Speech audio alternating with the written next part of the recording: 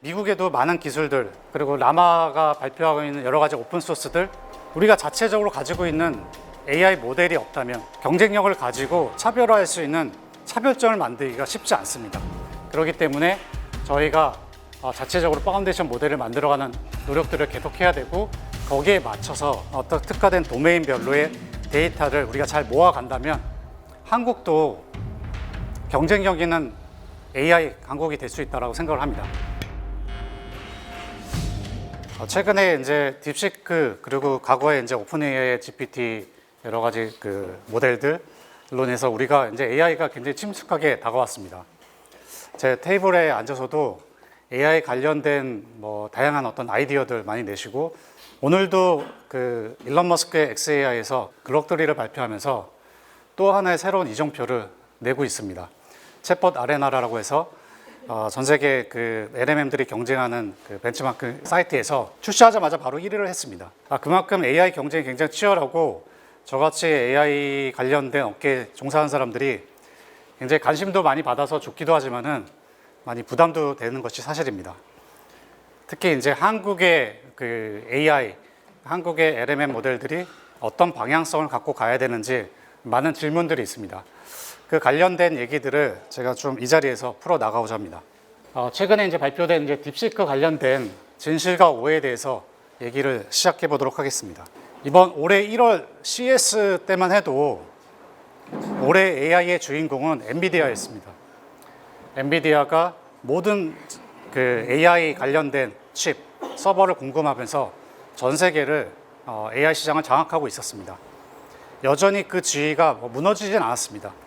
그런데 딥시크가 이제 저비용으로 고성능의 LMM 모델을 발표하고 추론 전용 모델을 발표하면서 어쩌면 그 기존에 이제 그 굉장히 많은 어떤 투자가 필요한 이제 AI 시장에서 저비용으로도 굉장히 고성능의 LMM, AI 모델을 만들 수 있다는 가능성을 보여줬습니다. 그래서 엔비디아의 주식이 급격하게 떨어지는 사태도 발생했습니다. 딥시크이 이제 그 경제적인 AI 모델로 GPT-4의 18분의 1, 라마3의 10분의 1에 불과한 개발 비용만으로도 그 오픈AI에서 발표했던 5원 정도의 성능을 달성할 수 있다는 것을 많은 사람들이 이렇게 보면서 사실 놀라기도 했고, 실제 이면에는 그 미국이 중국에 고사양의 서버를 수출을 제한시키고 있습니다. 지금 현재 H100, H200 같은 고성능의 어떤 AI 서버들을 AI 개발사에서 쓰고 있는데, 중국은 그거보다 한 절반 이하의 성능인 H800 정도를 수출하게 허용하고 있습니다. 그렇다 보니 딥시크에서는 H800에 적합한 H800에 이제 가지고 있는 그 사양에서 최적의 성능을 만들 수밖에 없었습니다. 그러다 보니 굉장히 저비용에서 고효율적인 어떤 그 최적화를 시킨 거고, 그러다 보니 좋은 어떤 성능을 딥시크 통해서 만들어낼 수도 있던 것 같습니다. 딥시크를 통해서 이제 미국의 AI 독주가 끝나는 것이 아닌가 하는 여러 가지 좀 의견들도 좀 있었습니다. 딥시크이 단돈 80억 원만으로 오픈 AI 5원 수준의 그 모델 성능을 달성했다는 그런 기사들로 인해서 많은 사람들이 긴장을 했는데, 실제 이면에는 그 모델을 학습하는 그 한 번의 비용이 80억 정도입니다. 전반적인 인프라 구축 비용, R&D 투자 비용, 인건비 등은 반영되지 않은 겁니다. 특히 데이터를 그 LMM 정도의 수준의 어떤 데이터를 모으기 위해서는 많은 투자 비용이 데이터에 들어갑니다. 또 하나, 저희 LG뿐만 아니라 전 세계 많은 어떤 AI를 만드는 기업들이 이런 효율적인 경제성 있는 모델을 만들기 위해 이미 고민을 많이 하고 있습니다. 얼마 전에 이제 한국에서는 일반적인 그 앱스토어를 통해서 딥시크를 다운받아서 이제 더 이상 쓰실 수 없습니다. 딥시크가 그 개인의 어떤 정보들을 취합해서 어떻게 보면 중국으로 다 이걸 전송하고, 최근에 이제 바이트댄스라는 기업에 그 데이터들이 넘어갔다는 이런 어떤 그 사실들이 밝혀지면서 한국에서는 정상적인 인터넷 계정으로 딥시크를 이용할 수가 없습니다. 근데 저희가 이제 중국의 이제 AI에 대해서 좀 잘 살펴봐야 됩니다. 미국은 절대적인 AI 강국이죠. 근데 미국 대비해서 이제 중국도 오랫동안 이제 준비를 해왔습니다. 중국의 대표적인 그 AI 기업으로 딥시크 외에도 알리바바가 있었고, 알리바바의 Q1, QN 2.5는 GPT-4.1, 그 딥시크 V3, 라마 3.1보다 우수한 성능을 발표했다라고 얘기하고 있습니다. 그 외에도 아까 말씀드린 바이트댄스도 더우바오라는 모델을 공개하면서 그 딥시크뿐만 아니라 더우바오도 에포크 AI의 노터블 AI로 등재된 바 있습니다.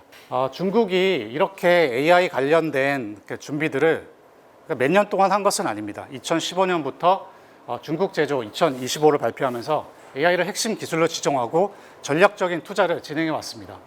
최근에도 이제 그 AI 국영 펀드를 조성하면서 AI에 대한 어떤 투자를 더욱 강화시키고 있습니다.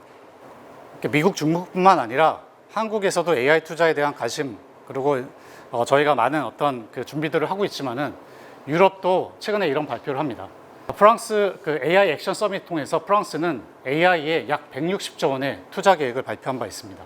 그리고 일본도 사실 일본이 AI에서 많이 뒤처진 나라라고 생각하실 수 있겠지만은 그런 디지털 전환에 많이 뒤처져 있다는 열등감이 있기 때문에 AI 시대에 있어서만큼은 그 디지털 전환에 뒤처진 것들을 보상하기 위해서 많은 투자들을 이미 하고 있고, 작년에도 약 6,400억 원의 정부 투자를 통해서 인프라를 확보하는 그 행보를 이어오고 있습니다. 이번 딥시크를 통해서 재점검을 좀 해보면 이제 AI 모델의 경쟁은 미국만의 머니게임은 아니다. 어떻게 보면 제2의 중국, 딥시크 같은 모델들이 유럽에서도 나올 수 있고, 그리고 아시아권에서 나올 수 있다, 이렇게 생각이 듭니다.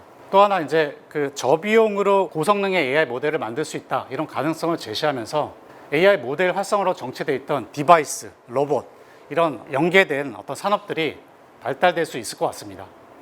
그리고 영원한 적도, 영원한 편도 없는 것 같습니다.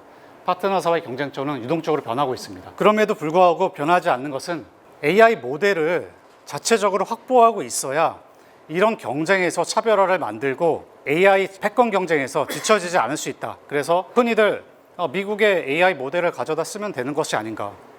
근데 트럼프 정권 들어서고 나서 이런 얘기들이 좀 나오고 있습니다. AI가 미국의 굉장히 그 핵심 국가 기술 자산으로 이제 지정이 되면 어떻게 보면 우방국이라고 할지라도 그들이 가지고 있는 최상위의 AI 모델을 우리나라가 공급을 못 받을 수도 있습니다. 미국이 중국의 H100, H200 같은 고사양의 서버를 수출을 금지하는 것처럼 그런 상황들이 계속해서 벌어날 수도 있습니다. 또 하나 이제 데이터는 더욱 중요해지고 있습니다. AI 모델의 성능을 좌지우지하는 것은 어떤 데이터의 성능입니다. 일반적인 어떤 데이터, 인터넷에 있는 데이터들은 2028년이 되면 거의 고갈이 될 겁니다. 인간이 만든 데이터들은 이제 활용되지 못할 수 있습니다. 이미 다 AI가 학습했기 때문이죠. 그렇기 때문에 사실 우리가 인터넷으로 쉽게 접속할 수 있는 데이터 외에도 사실 바이오 분야, 그리고 여러 가지 국가 산업 분야들, 이런 우리가 쉽게 접근할 수 없는 분야들, 이런 데 데이터들을 우리가 잘 차별화해서 거기에 AI를 적용해서 어떻게 보면 차별점을 만들어 나가는 것이 중요하다고 생각을 합니다. 과거 딥러닝에서 이제 생성형 AI 시대가 이제 왔고, 앞으로도 계속해서 AI 에이전트 이런 관련된 어떤 서비스가 나오면서 계속해서 AI는 5년, 10년 뒤에도 중요한 기술로 자리 잡을 것으로 예상하고 있습니다. 그러면 이제 제가 이제 이번 그 발표를 통해서 핵심적으로 말씀드리고 싶은 에이전틱 AI에 대해서 말씀을 드리겠습니다. 2016년에 이제 알파고가 나오면서 이제 딥러닝 관련된 이식들, 강화학습, 그리고 이제 산업계에서도 이제 딥러닝에 관련된 가능성을 보고 많은 기업들이 이 딥러닝에 투자를 시작했습니다. 그런데 이제 생성형 AI가 이제 새로운 기술일까요? 어떻게 보면 생성형 AI는 그 트랜스포머라는 어떤 구조의 디코더를 활용해서 기존의 딥러닝 구조의 어떤 새로운 어떤 접근 방식이라고 할 수 있겠습니다. 그 원천 기술이 나온 것은 아니죠. 그런데 이제 사람들은 이제 AI가 기존보다 더 자연스럽게 대화를 할 수 있고, 내가 질문을 하면은 관련된 어떤 답변을 더 유려하게 해주는 걸 보면서 이제 각광을 하게 됩니다. 그래서 챗GPT가 나오고 나서 수많은 이렇게 생성형 AI 관련된 서비스들이 나오기 시작했습니다. 사실 지금 이제 챗GPT 같은 어떤 생성형 AI 서비스들은 LMM이라고 해서 랭귀지, 언어 이해와 생성의 시대가 이제 열린 것이고, 어떻게 보면 말문이 트이고 이제 어떻게 보면 AI와 인간이 또는 AI와 AI가 이제 소통할 수 있는 체계가 만들어진 것이고, 실제 그 AI가 사람에게 어떻게 영향을 주고 우리가 AI를 우리 삶 속에서 어떻게 필요한 존재로서 당연하게 받아들이는 이 시점이 에이전틱 AI 시대라고 생각을 합니다. 에이전틱 AI 정의를 좀 해보면은, 사람이 사고하는 과정을 AI가 학습을 하고 사람이 지시 없이도 AI가 스스로 판단해서 우리 일상생활이나 산업 영역의 특정 목적에 맞게 실제 행동해서 그 임무를 완수하는 것이라고 정의를 하고 싶습니다. 이제는 AI가 단순히 내가 시키는 어떤 그 일, 내가 원하는 어떤 질문에 대한 답만 하는 것이 아니라 AI 에이전트가 스스로 나의 어떤 생활에서의 어떤 패턴들, 내가 평소에 뭐 즐겨왔던 것들을 알아서 정보에 담아두고 이해해서 스스로 판단하고 실행하고 선제적으로 그 임무를 완수하는 이런 서비스들이 앞으로 보편화될 겁니다. 여기서 에이전틱 AI 시대를 맞이하기 위해서 중요한 요소들이 있습니다. 최근에 이제 딥식과 오픈AI 오온을 통해서 그들이 이제 최근에 각광받는 가장 중요한 그 요소 기술 중에 하나가 추론 역량입니다.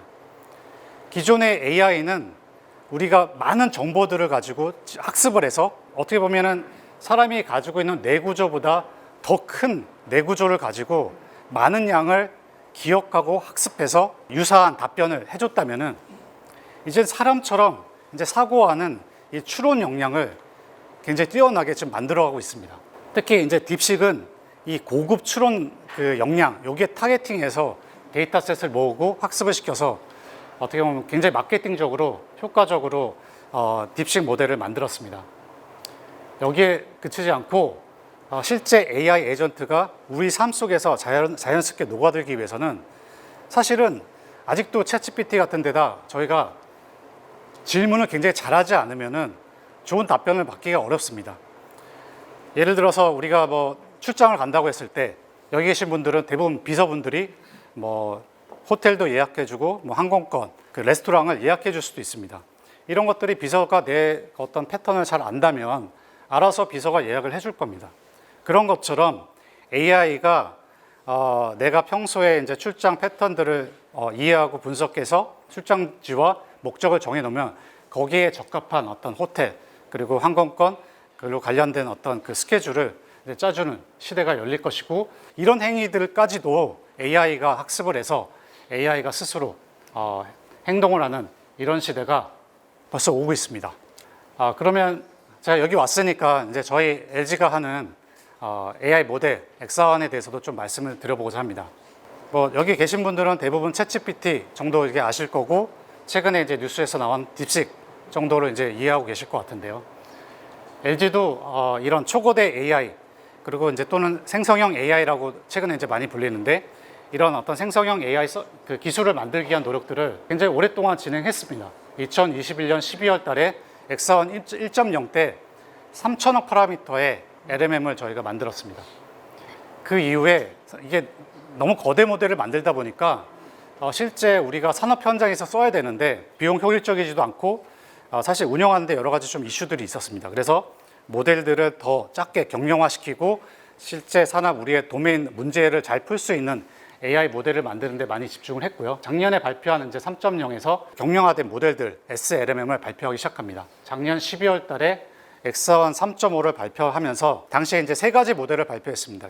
온디바이스용 LMM, 많은 어떤 보편적으로 많이 쓰이는 7.8B 모델들, 그리고 이제 32B의 고성능 모델, 이 세 가지를 발표했고요. 사실 저희가 작년부터 시도한 것은 한국에서 초고대 AI 관련된 그 저희 모델 보유 개수가 13개라고 합니다. 그 중에서 작년에 발표된 그 초고대 AI는 다 LG가 만들어서 발표한 모델들입니다. 저희가 작년부터 시도했던 것은 저희가 만든 모델들을 오픈소스로 공개하고 허깅페이스 등에 이제 올리면서 누구나 쓸 수 있게 이런 어떤 생태계를 만들어가고 있습니다. 그렇게 결정한 것은 저희도 저희가 만든 모델을 가지고 저희 계열사들과 각 인더스트리에 필요한 어떤 각 도메인별로에 필요한 그 목적으로 활용을 하고 있습니다. 그런데 저희가 모델을 공개한 이유 중에 하나가 어떻게 보면 좋은 피드백을 받고 저희 모델 자체를 계속 발전시키고 싶은 니즈도 있고, 사실 한국에서 오픈소스 형태로 공개된 모델들이 많이 없기 때문에 잘 생각해 보시면 미국의 많은 기업들이 모델들을 오픈하면서 많은 어떤 경쟁도 하면서 발전해 나가고 있습니다. 우리도 그 경쟁에서 뛰어들면서 어떻게 보면은 저희가 만들어가고자 하는 서비스를 대중화시키고 많은 사람들에게 알리고자 하는 목적에서 모델들을 계속해서 오픈해 나가고 있고요.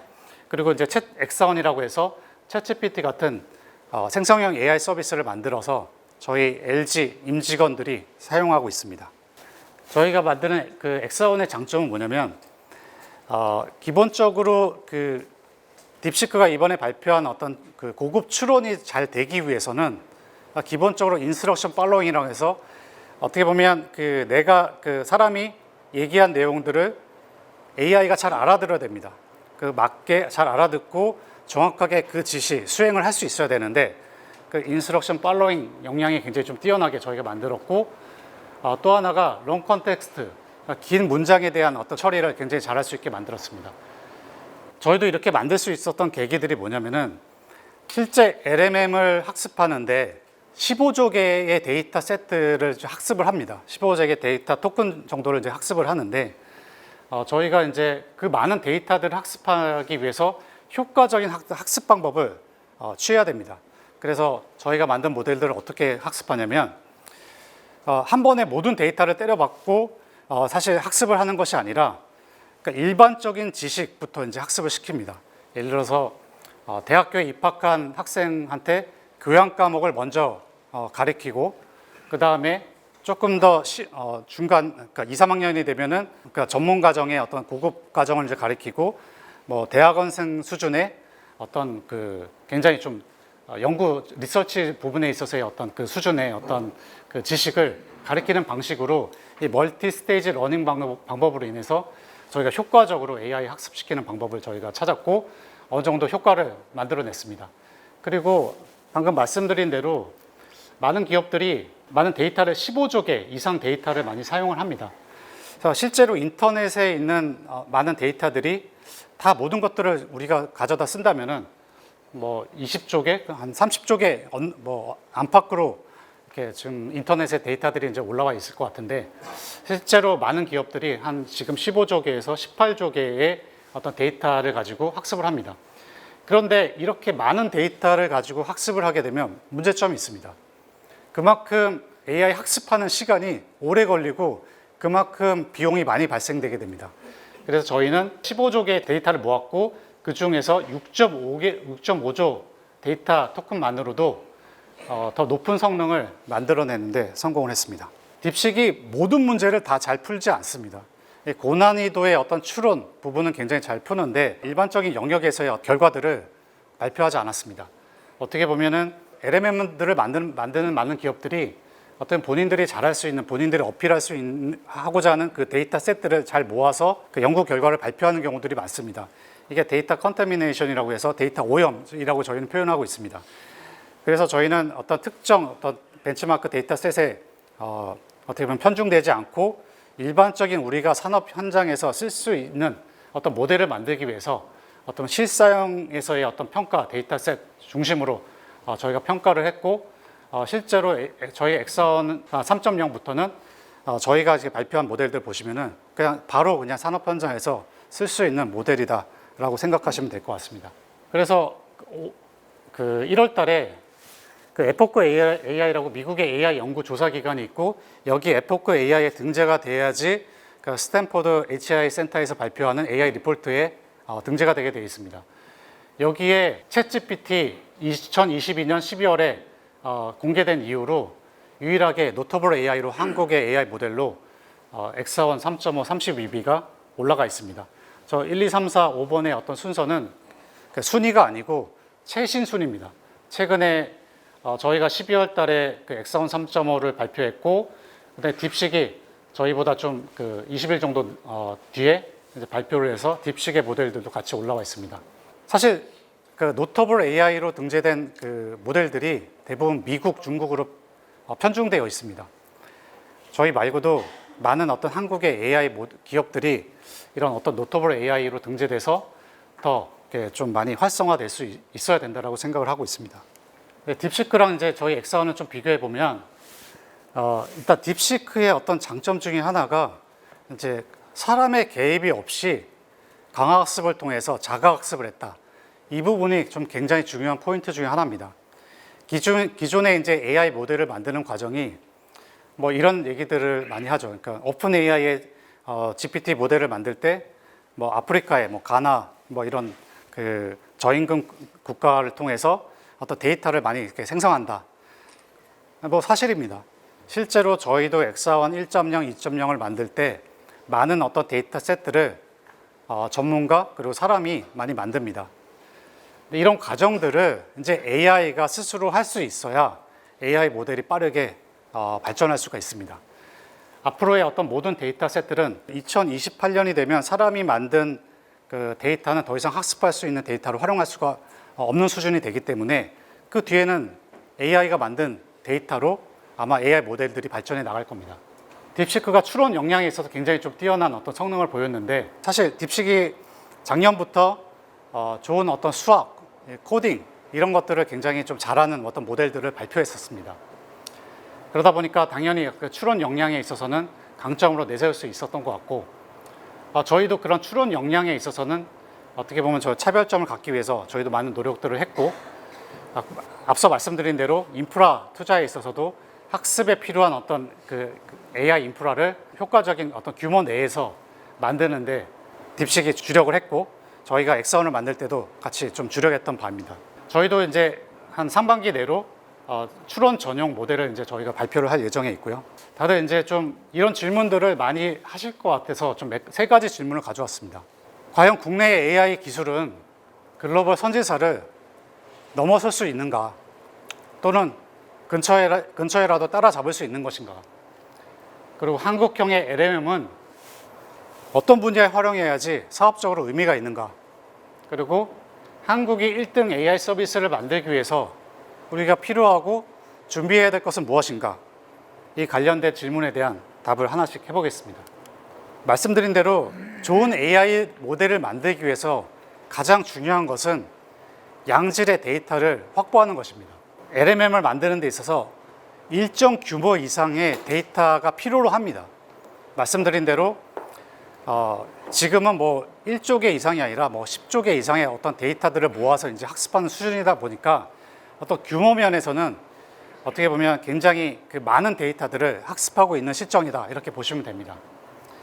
그런데 이제는 규모뿐만 아니라 실제 뭐 이런 LMM들을 우리 산업 현장에 적용하려고 했을 때 우리 산업 현장에는 사실 일반적인 얘기는 잘하는데 어떤 특정 목적의 어떤 그 활용은 잘 안 되던데 이런 얘기를 하는 경우들이 많습니다. 그게 왜냐하면 일반적인 그 AI 모델 LMM들은 범용적인 목적을 가지고 만들어졌습니다. 모든 것들을 다 해결할 수 있는 정도 수준으로 만든 것이 아니라는 거죠. 그러다 보니까 어떻게 보면 각 그 산업 도메인별로 필요한 목적별로 또 데이터들을 따로 모아야 됩니다. 예를 들어서 저희 뭐 LG 같은 경우 배터리 관련된 어떤 데이터들은 저희 LG 에너지 솔루션만 가지고 있습니다. 그러면은 그 에너지 솔루션이 가지고 있는 그 데이터들을 잘 모으고 정제해서 추가적인 학습을 시켜줘야 됩니다.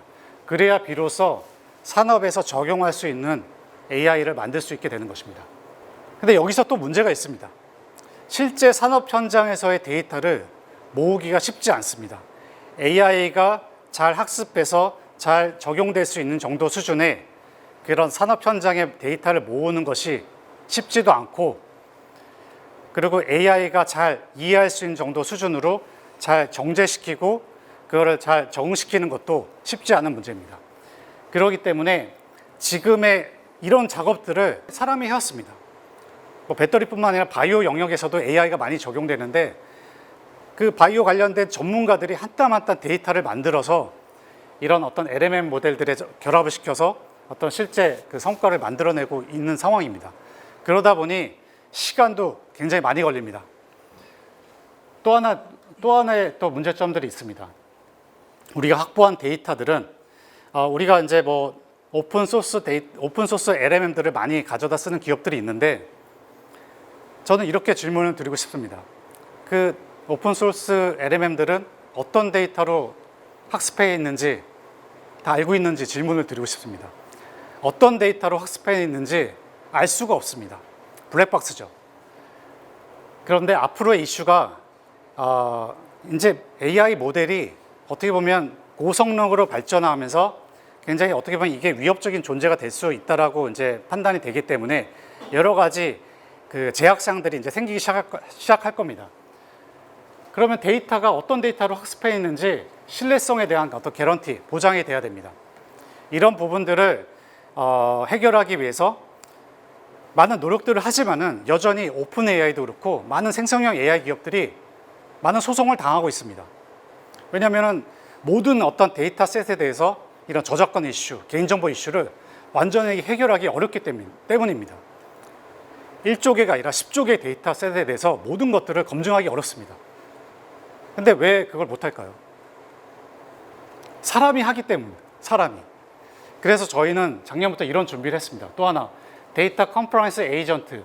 저희가 어제 발표를 했습니다. 어제 저희가 다 공개를 했고, 넥서스라는 어떤 프로젝트 코드명으로 이제 저희가 공개를 했는데, 이제 에이전트 AI가 이제 AI 변호사처럼 이런 데이터 셋들을 살펴보고 검증하고 평가하고 쓸 수 있는 어떤 셋인지를 이제 판단을 하고 이런 과정들을 이제 AI가 해줘야 됩니다. 그러지 않고서는 이런 수많은 이 데이터 셋들을 다 검증할 수가 없습니다. 그래서 저희가 발표한 이 데이터 컴플라이언스 관련된 AI 에이전트, 저희는 넥서스라고 코드명을 내셨고, 실제 이 기술은 라지 랭귀지 모델 LMM과 액셔너블 AI라는 기술이 접목이 된 겁니다. 실제 아까 말씀드렸다시피 에이전트 AI가 진정한 어떤 기능을 발휘하기 위해서 행동, 액션을 스스로 취할 수 있다. 그 정도 레벨까지 가야 된다고 말씀을 드렸는데 이제 저희가 그걸 완성했습니다. 최근 한 2년 전인가요? 코이어가 하버드, MIT 등과 함께 방금 말씀드린 이 이슈, 모든 오픈된 데이터 셋에는 컴플라이언스 이슈가 있다. 그래서 그들이 약 44개의 데이터셋을 검증을 하고 서브 데이터셋까지 하면 약 1,800개 정도의 데이터셋을 검증해서 발표를 해서 굉장히 화제가 됐습니다.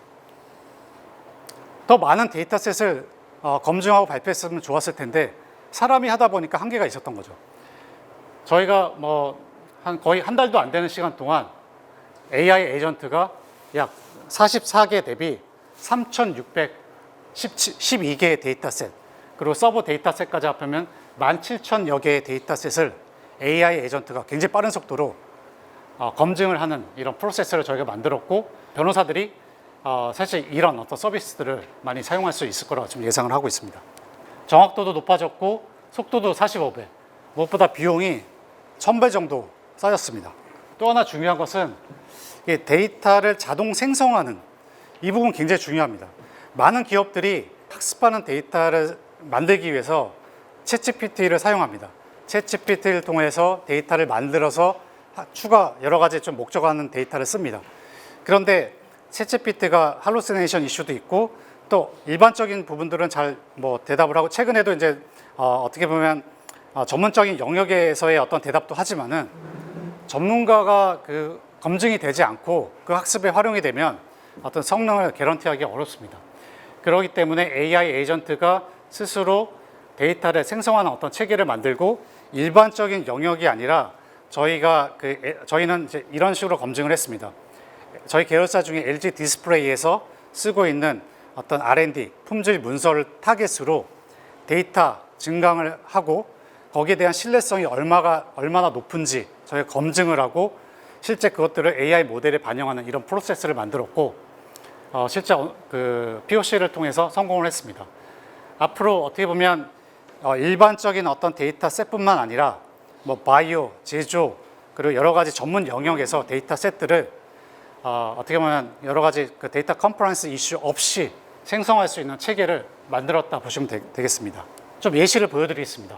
최근에 윤리책임성 보고서라는 걸 발표했는데, 저 보고서를 통해서 AI가 자동으로 질문과 답의 데이터 쌍을 만드는 이런 과정들을 보여드리고 있습니다. 문서를 읽어오고 관련된 데이터셋 관련된 보고서 프롬프트를 교육적이고 이해하기 쉽게 뭐 어떤 그 데이터 셋들을 만들어 달라고 요청하면은 AI가 스스로 여러 가지 질문과 답 셋들을 만들어 줍니다. 그리고 이 만든 어떤 질문과 답의 어떤 퀄리티가 높은지 평가를 합니다. 그래서 평가 점수에 미달이 되면은 제거를 하고 높은 어떤 성능을 만들어낸 어떤 결과물들만 패스를 시킵니다. 이제 저희가 만든 어떤 그 보고서를 가지고 예시를 드렸는데 실제로 모든 영역에 적용할 수 있습니다. 모든 산업 인더스트리 영역에 적용할 수 있고 이런 걸 통해서 우리가 보다 빠르게 현장의 데이터를 적은 수의 어떤 데이터를 증강시켜서 실제로 현장에서 워킹하고 효과를 볼 수 있는 AI 모델을 만들 수 있는 시대가 이제 열리게 된 것입니다. 저희가 챗 엑사원이라는 서비스를 만들면서 이런 어떤 그 리저닝 그리고 고난이도 추론을 통해서 실제 우리가 그 LG가 가지고 있는 뭐 여러 가지 그 내부 업무 문서들과 그 연결을 통해서 여러 가지 서비스들, 그러니까 실제 뭐 각 계열사별로 가지고 있는 그 문서들과 접목을 해서 실제 유용한 어떤 서비스들을 저희가 활용하고 이용하는데 저희가 챗 엑사원을 통해서 제공을 하고 있습니다. 챗GPT 같은 경우에는 이제 각 기업에서 각 계열사들이 내부적으로 못 쓰는 경우도 있고 제한적으로 쓰는 경우도 있습니다. 왜냐하면은 그 내부의 어떤 그 보안 이슈 때문에 모든 문서들을 챗GPT에 올려놓고 쓸 수 없기 때문에 저희는 그 분야별로 필요한 그 생성형 AI 서비스들을 만들어가고 있다 이렇게 보시면 될 것 같습니다.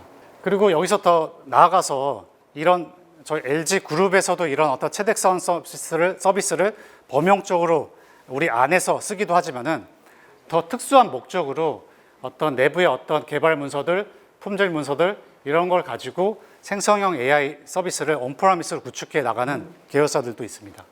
또 하나 AI가 잘할 수 있는 그 영역 중에 하나가 지금보다도 앞으로의 그 미래의 AI는 미래 예측을 훨씬 더 잘하게 될 겁니다. 저희가 재작년 11월, 23년 11월에 뉴욕 증권거래소에 이제 AI ETF를 상장을 시켰습니다. 뭐 AI 관련된 ETF를 통해서 저희가 뭐 수익 창출하는 것은 아니고 사실 저희가 많은 데이터들을 시계열의 많은 데이터들을 확보하기 위해서 저희가 이제 그 파트너사와 AI ETF를 출시했고 저희가 출시한 AI ETF가 S&P 500보다 높은 수익률을 만들어내는 것을 보실 수 있습니다. 소재 분야에서도 AI가 적용이 되고 있습니다. 저희 LG 생활건강에서 AI 연구원과 협력해서 화장품 핵심 성분을 물에 잘 녹는 구조로 바꿔달라고 하면은 먼저 물에 잘 녹는 물질의 조건을 판단하고 핵심 성분의 변형 방향과 방법을 제시한 다음에 유해 성분 발생 가능한 후보 물질을 제외하고 최적의 어떤 소재를 발굴하는 것을 성공했습니다. 기존에는 이런 어떤 LMM 그 연구와 기존의 소재 연구와 따로 갔었는데 이것들이 결합이 되면서 이렇게 효과적으로 굉장히 빠르게 어떤 소재 예측이 가능한 세상이 열렸다라고 보시면 되겠습니다. 이걸 통해서 기능성 화장품 핵심 성분 개발하는 시간이 기존에 1년 10개월 정도 걸렸는데 단 하루 만에 신소재 개발이 이제 가능한 시대가 열렸습니다. 저희 AI 연구원은 특히 바이오 관련된 연구들 많이 하고 있습니다. 전 세계 그 전임상 데이터를 많이 가지고 있는 미국의 잭슨랩 그리고 서울대 그리고 그 미국의 UPMC 등과 협력하면서 앞으로의 AI 시대에서 핵심은 데이터에 있습니다. 인터넷에 오픈된 데이터, 공개된 데이터 셋 외에도 우리가 사업하고자 하는 그 특정 도메인의 전문 데이터들은 이런 UPMC, 잭슨 같은 전문 기관들이 가지고 있습니다. 이런 전문 기관과 협력을 통해서 좋은 AI 모델을 만들고 좋은 어떤 AI 서비스를 만드는 것이 앞으로의 미래 경쟁력이라고 생각을 하고 있습니다. 작년 CES 때 온디바이스 AI 얘기가 많이 나왔습니다. 이런 어떤 온디바이스형 LMM도 저는 계속해서 나올 거라 생각을 합니다. 왜냐하면 개인정보 이슈가 계속해서 문제로 이제 대두될 것이고 그렇기 때문에 이런 온디바이스에서 활용할 수 있는 AI 기술들, LMM 기술들이 계속 나올 것이고 저희 이번 CES에서도 LG전자랑 같이 발표했던 모델도 굉장히 초경량화된 LMM 모델을 가지고 실제 이런 어떤 여러 가지 문서 Q&A 요약, 번역 서비스를 할 수 있는 서비스를 온디바이스로 제공을 하고 있습니다. 미국에도 많은 기술들 그리고 라마가 발표하고 있는 여러 가지 오픈 소스들 있지만은 저는 이렇게 말씀을 드리고 싶습니다. 우리가 자체적으로 가지고 있는 AI 모델이 없다면, LMM 모델이 없다면 경쟁력을 가지고 차별화할 수 있는 차별점을 만들기가 쉽지 않습니다. 정리해서 말씀드리면 공개된 오픈소스의 그 파운데이션 모델에 대한 구조를 그리고 학습된 모델에 대한 데이터를 우리는 알 수가 없기 때문에 거기에 맞춰서 어떤 서비스를 튜닝한다든지 하는 것들이 쉽지 않은 일입니다. 그렇기 때문에 저희가 자체적으로 파운데이션 모델을 만들어가는 노력들을 계속해야 되고 거기에 맞춰서 어떤 특화된 도메인별로의 데이터를 우리가 잘 모아간다면 한국도 경쟁력 있는 AI 강국이 될 수 있다고 생각을 합니다. 발표 여기서 마치겠습니다. 감사합니다.